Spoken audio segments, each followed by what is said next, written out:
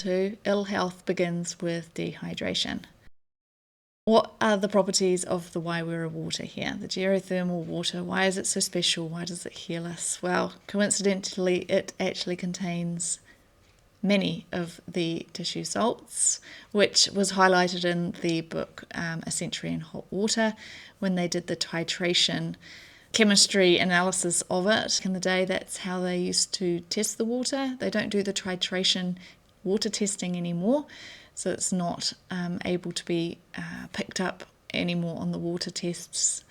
So that book, The Century in Hot Water, is a little golden nugget of history. The properties of the water from the Silverdale Pioneer Village, which I was able to get, and it's actually got very high levels of sodium.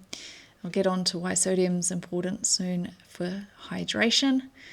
But yes, if you can remember that ill health starts with dehydration, you're well on your way to knowing a lot more on how to heal the physical body. So potassium, sodium, magnesium and calcium, there's silica as well. It's a naturally occurring material and it's commonly found in nature as quartz. So the rocks around where the water was, where I did my 10-week experiment, had quartz crystals on them.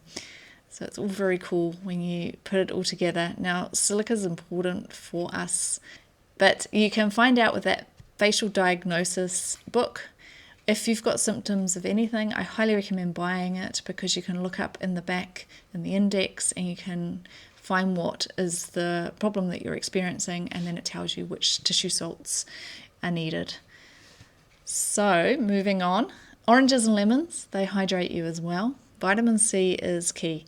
A dandelion leaf can stop feelings of panic from my experience, and they are high in vitamin C and they help with diabetes and liver health. Vitamin C is used for patients suffering from shock as a successful therapy.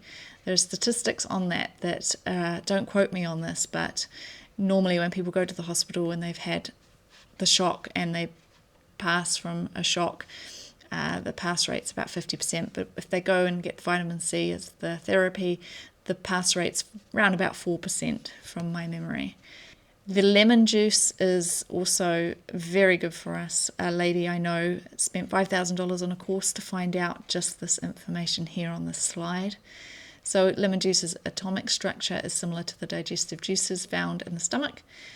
It tricks the liver into producing bile, and bile is one of the main key things if you can't lose weight. And if you've got toxicity, the bile isn't flowing properly. So the bile helps keep the food moving through your body and the gastro tract smoothly. It helps in digestion and upset stomachs, and it benefits the enzyme functions by stimulating the liver, flushing out toxins. So how does vitamin C hydrate you? I believe it turns into hydrogen peroxide from my research. Show Me the Money Honey is the book that has that information in it. It creates oxygen, and when it comes into contact with enzymes, when hydrogen peroxide decomposes in the body, it turns into water. So it cleans our cells too. It's intravenous vitamin C is used for patients with cancer because it kills the growth. It's essentially oxygenating the body and hydrating it from my research. So can anyone tell me how else to hydrate the body? Salt, sodium. Sodium retains water. And if we're dehydrated, we need more water. So it's a little bit tricky sometimes to get your head around that concept, but you need more salt because it keeps the water in the body if you're dehydrated. Antidepressants do this by stopping the secretion of sodium. And you'll find after having salt, you will feel happier, calmer, and sleep better. So there's going to be some pages now that I refer to in my Abundant Healing book, which you can read as resources. They are in the description below with links to them so that you can just click on them and have a read. So potassium helps smarten up the immune system, and potassium protects us from autoimmune diseases. So I'm going to leave it there for this lesson. please do go and read those pages because it really solidifies and backs up what it is that we've just talked about here. Okay, see you in the next one.